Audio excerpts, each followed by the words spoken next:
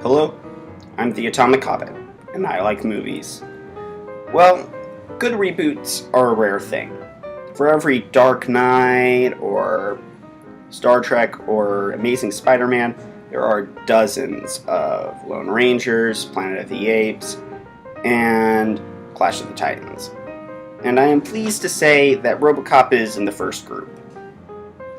Now, it does not go on the same level as the original, we'll go into that, and it is undeniably flawed, but it's still a good movie, and I'm going to go and tell you why you should or should not see it.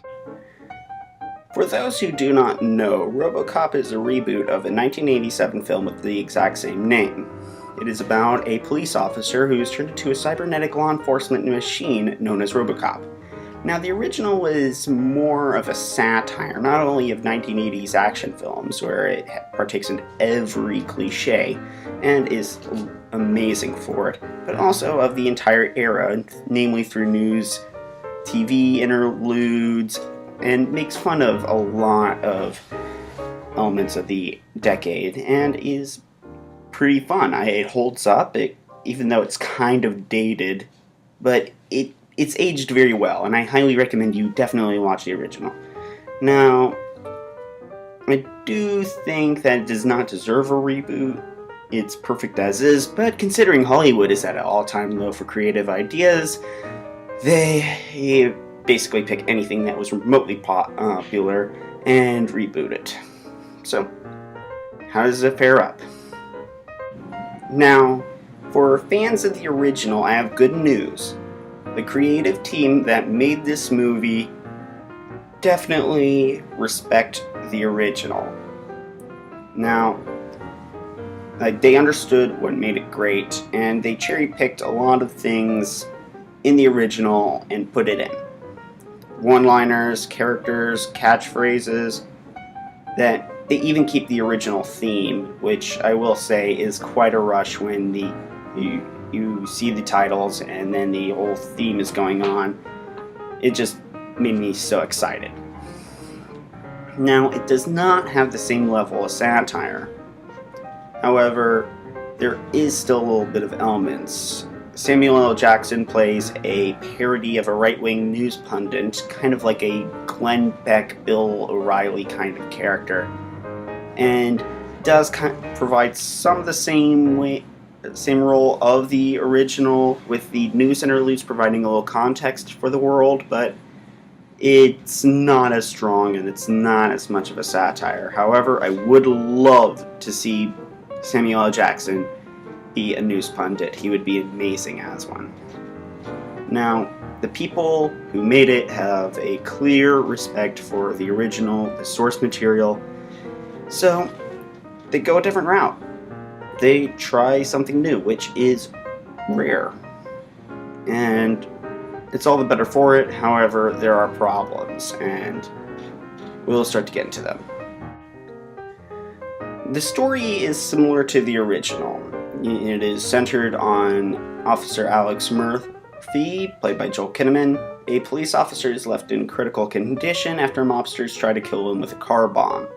His wife agrees to have her husband made into a cyborg police officer named Robocop. However, the company that performed the operation, Omnicorp, soon discovers they cannot keep control of Murphy. The key difference between the two movies is that in the new one, Murphy is aware of his condition. The old one, Murphy was essentially killed, resurrected, and then made to Robocop, and is promptly rediscovering himself. At the end of the movie, spoiler alert, he now knows himself as Murphy, not Robocop. The new one, he's aware of the condition, and it's an interesting approach. And it definitely goes into some interesting territory, especially sort of man versus machine element, especially as Omnicorp scientists, led by Gary Oldman, try to keep Robocop under control. Regrettably, this new angle leads to the film's weakest link, the thing that almost sinks the movie: Murphy's wife. Now, the new angle is not bad and could be executed fairly well. that the movie draws parallels between the ways that amputees feel about their conditions and the way how Murphy feels. They don't want to see their spouses. They don't want to be seen in a vulnerable condition. And Murphy, in a unintentionally funny moment, you see what's left of Murphy, which is, I will say, so implausible it kind of breaks the mood of the movie a little. But like, where the movie hits the brakes and really can almost sink the movie in some people's opinions is the wife. She's played by Abby Cordish, and all she does is cry and demand to see her husband. Now, first off, what was she expecting when she signed a consent form saying we can turn your husband into a robotic law enforcement machine? Gotta read the fine print, lady. Was she expecting that Robocop can go pick up her son after school and get the groceries? No. He's Robocop now. You gotta accept that he is now only arguably human at this point. It's really distracting. And she just puts the brakes on the movie, and the biggest problem is she has no development and she has no arc. All she does is cry and demand to see her husband. She doesn't accept her husband's condition. She doesn't do anything except cry and demand to see her husband. By the end of the movie, you just want to see her punched in the face. She is that annoying of a character, and she really just, like, the movie is a very well-paced action movie until she gets into the movie. When she does, it becomes a mess. And, like, in the original, the family isn't really even there. They don't even know that their father or husband has become Robocop, and it's really problematic, and it almost sinks the movie. I can't think about how it can be executed better, but it should have been, or maybe they should have abandoned the angle if they couldn't make it work. Now, the casting is good.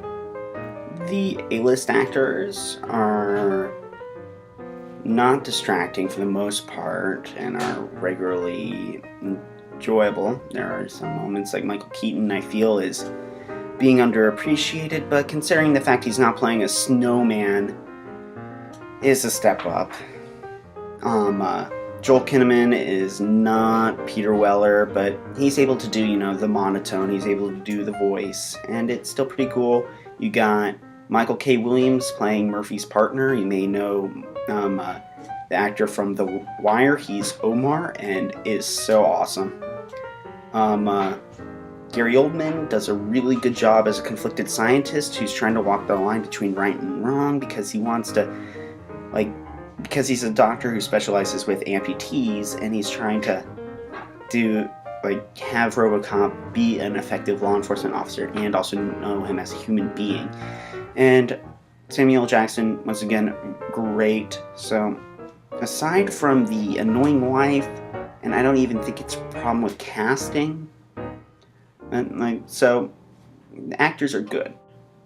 While the movie is not as much of a satire as the original, it does have social commentary, namely in the idea of drone warfare. It shows in the beginning how American drones have been able to make the world safe, but because people don't want drones to be doing law enforcement, crime is a major problem in the United States. And it sort of goes into a idea of, it continues the theme of man versus machine that the original has, except it's more than the man more active in fighting against the machine. And it also kind of points out the fact that Robocop is arguably human.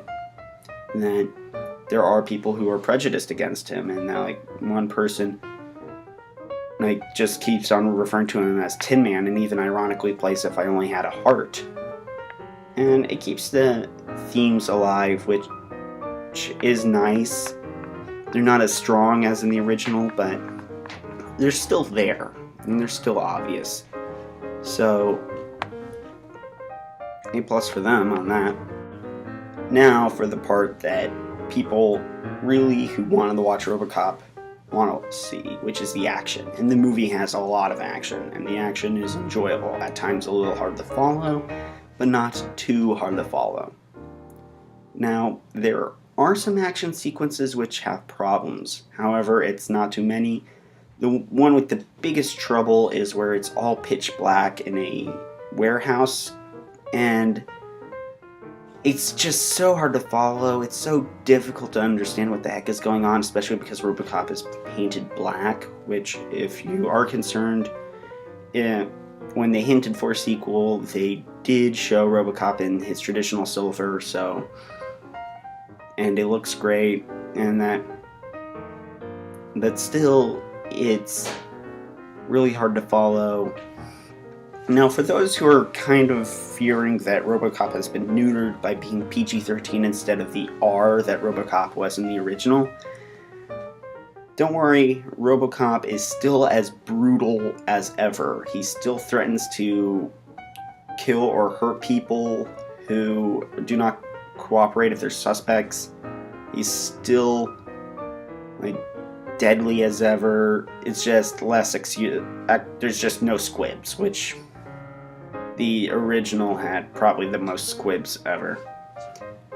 And the action's still great, and it isn't that hard to understand. There's an awesome scene where he's not fighting one ED-209, which first off looks amazing, but he's fighting off 3. So that's pretty awesome. Now, despite all of its problems, Robocop is still a good movie, and a good reboot. The acting is solid, the story is true to source material while still trying to beat its own original story, and I honestly hope there's a sequel, because I know that the people who made the movie want it to be a franchise and can make it work. I'm a fan of the original, and I think the reboot did a good job of opening up the character to a new generation, or at the very least building awareness of the original. And I have nothing else to say, but I'd buy that for $1. Thanks for watching. I'm the Atomic Hobbit. If you want to see more of these reviews, please subscribe and leave a suggestion for a movie I might want to review. You want me to review in the comments below. I do both movies that are in and out of the theaters. And thanks again for watching. I'm the Atomic Hobbit, and I like movies.